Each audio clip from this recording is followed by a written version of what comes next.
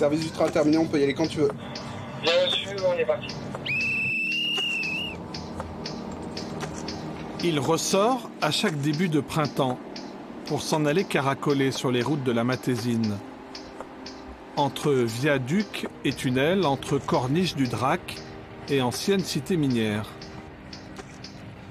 Avec la saison touristique, le petit train de la Mure a repris son service. De loin, il ressemble à une maquette plantée dans un décor de verdure.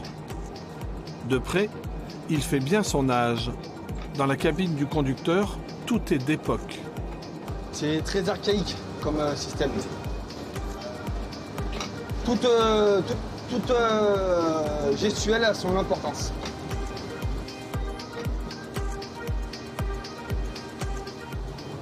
On se prend un peu comme dans l'ancien temps, quoi. On se fie à nos sens, on écoute la machine, voilà, et puis la machine on la connaît, on connaît le parcours, on connaît ses dangers. Donc voilà, avec tout ça, on affine notre conduite.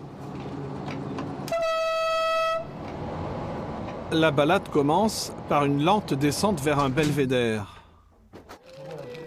Cyril, le conducteur, est à la manœuvre. Et les passionnés de train, comme cet étudiant indien, ouvrent grand leur mirette. C'est un héritage. J'apprécie vraiment que les autorités ont fait l'effort de le préserver dans un aussi bon état. Et la vue est magnifique.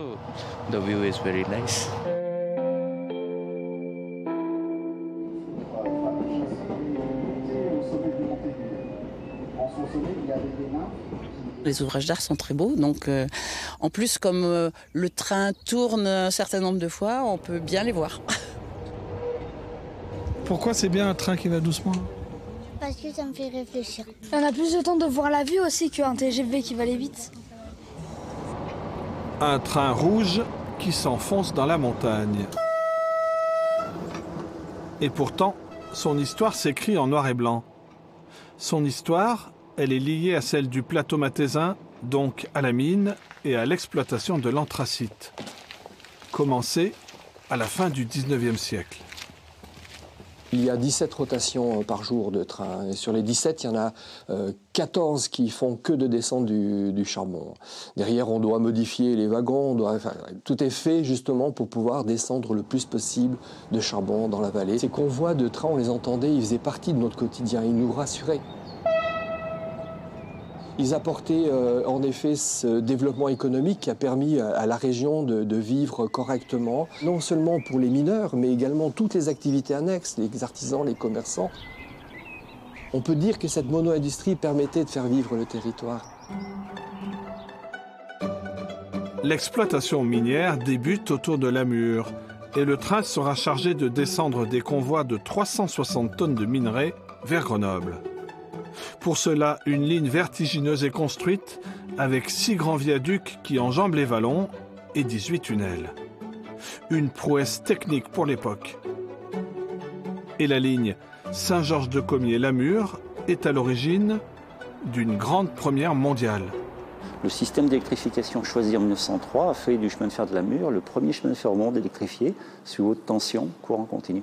Donc c'est vraiment une étape très importante de la traction électrique mondiale. Les premières machines ont très bien fonctionné, elles faisaient 500 chevaux, elles ont permis d'éliminer la vapeur très très vite, parce que l'objectif était d'accroître la capacité de transport par la force des choses. La raison d'être de l'électrification, ce n'était pas du tout purement technique, c'était la nécessité d'augmenter la capacité d'acheminement. Aujourd'hui, dans l'atelier, 2 tracteurs sont en attente, prêts à prendre le service. Des tracteurs, c'est ainsi que l'on nomme ces locomotives suisses de 1933 qui tirent encore le petit train aujourd'hui, bichonné aux petits oignons par les mécanos. Pour découvrir un petit peu le métier des anciens, leur technique, il y a des savoir-faire qui sont d'un autre temps, quoi. Oh, c'est beaucoup plus solide. Tout est démesuré, on va dire. Là, ce que vous avez devant vous, en fait, finalement, aujourd'hui, ça serait réduit à la taille d'une petite boîte électronique. À partir de 1989, le petit train ne fait plus voyager que des touristes, jusqu'à ce que la montagne en décide autrement. En 2010, un pan entier d'une falaise s'effondre, la voie ferrée est détruite, tout s'arrête.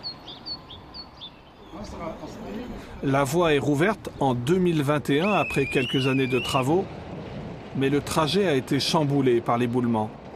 Désormais, le petit train s'arrête à mi-parcours. Et les visiteurs doivent continuer à pied entre tunnels et corniches pour admirer la vue sur la vallée du Drac. Un redémarrage essentiel pour le tourisme sur le plateau mathésin, mais aussi pour le personnel. Des employés qui ont souvent vécu avec ce train tout au long de leur enfance. Moi, mes parents habitaient le long de la voie ferrée. Donc quand j'étais petit, j'étais moi-même sur la voie à attendre le train qui passe et à mettre des cailloux pour essayer de le faire dérailler, mais j'ai jamais réussi. Jusqu'au mois d'octobre, on peut embarquer dans cette machine à remonter le temps qui serpente tout doucement dans les paysages de montagne.